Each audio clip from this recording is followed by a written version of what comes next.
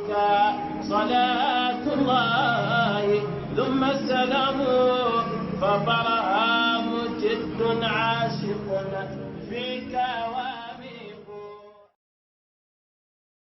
C'est pour venir assister à la réunion préparative du Gamou de Taïba Niassène qui célèbre la naissance de Cheikh Ibrahim Niass radiyallahu ta'ala anhu. Oui, nous sommes toujours optimistes parce que nous sommes des croyants, nous sommes des musulmans de croix, des talibés de Cheikh sous la direction de Cheikh Ibrahim Niass. L'optimisme est toujours là, mais ça n'empêche pas qu'on prenne toutes les précautions pour essayer de faire de notre mieux pour que cette organisation puisse être la plus parfaite possible. Et cela, on le fait toujours en collaboration, et vraiment en parfaite collaboration, en parfaite intelligence avec les autorités administratives de l'État. J'aurais parlé surtout de sollicitations au lieu de doléances. C'est des sollicitations qui vont dans le sens d'une meilleure organisation, comme je disais tout à l'heure.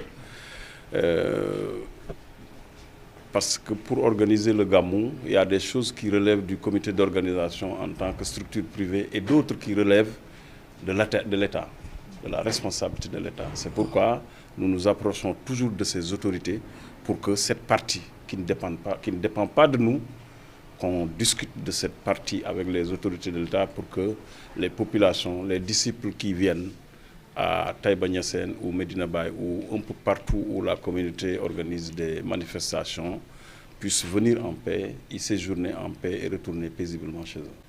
L'axe du Nguiraye Taïba est toujours là, c'est l'état de la route. C'est une route qui est très étroite. Vous l'avez suivi tout à l'heure avec le régional de la Géroute qui nous disait que la largeur de la route était de 4 mètres. Ça, tout le monde sait que 2 véhicules ne peuvent pas circuler correctement sur une route de 4 mètres.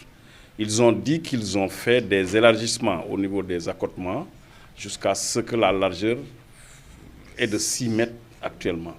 Même les 6 mètres, nous c'est une route départementale. Si la loi dit que pour les routes départementales, la largeur c'est de 6, nous sommes d'accord parce que nous ne sommes pas des hors-la-loi.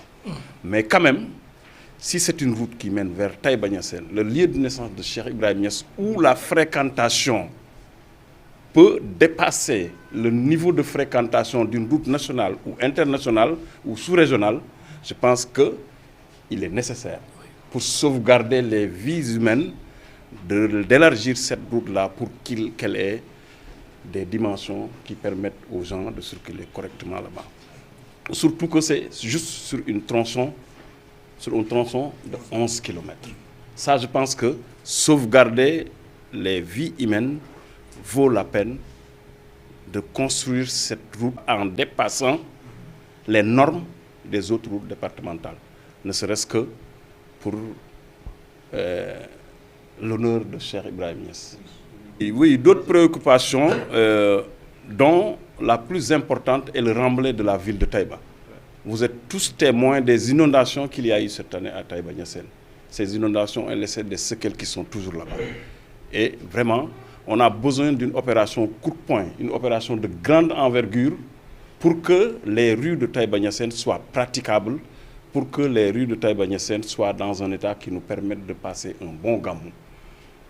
C'est nécessaire parce que toute la population qui se rend à Taïba Niassène n'a pas de pied à terre au niveau de cette ville. Il y a des gens, ils n'ont que leur véhicule et la rue. C'est lié à la dimension actuelle de la ville. Et pour cela, je pense qu'il est nécessaire de faire un grand coup de poing au niveau des remblais des rues de Taïba Niassène pour que les gens puissent passer correctement le Gamou de cette année. Peut-être que ce n'est pas directement lié au Gamou, mais on ne peut pas séparer cette question du Gamou. Je dis que le COMAF, en tant que comité d'organisation, a une commission qui s'appelle Commission Protocole, dirigée par notre Serigne Cheikh Tidiane Niang, qui a tenu récemment un séminaire atelier de 10 jours de formation en tourisme religieux pour des condisciples qui évoluent avec nous dans l'organisation. Et mieux, je peux vous dire qu'on ne l'a pas tenu en tant que communauté religieuse de Cheikh Ibrahim Niass. On a invité d'autres communautés religieuses qui y ont participé, précisément nos parents de Thiénaba. On a séjourné pendant 10 jours ici à Kergan avec une école de formation qui a vraiment formé les gens avec l'accompagnement de l'État, parce que la clôture a été honorée par la présence d'un des conseils techniques du ministre du Tourisme, parce qu'en ce moment, le président était à Tambacounda, en conseil des ministres décentralisé. C'est ça qui faisait que le ministre du Tourisme ne pouvait pas être présent.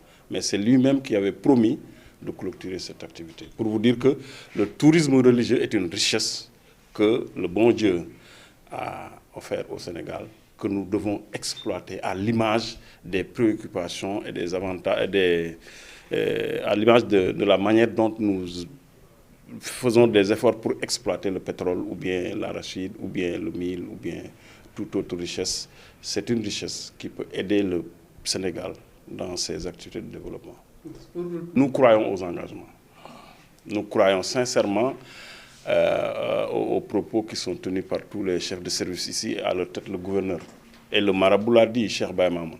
Quand tu l'écoutes, tu sais que voilà une personne engagée, une personne qu'on pense être sincère dans ce qu'il dit, et il le fait avec professionnalisme.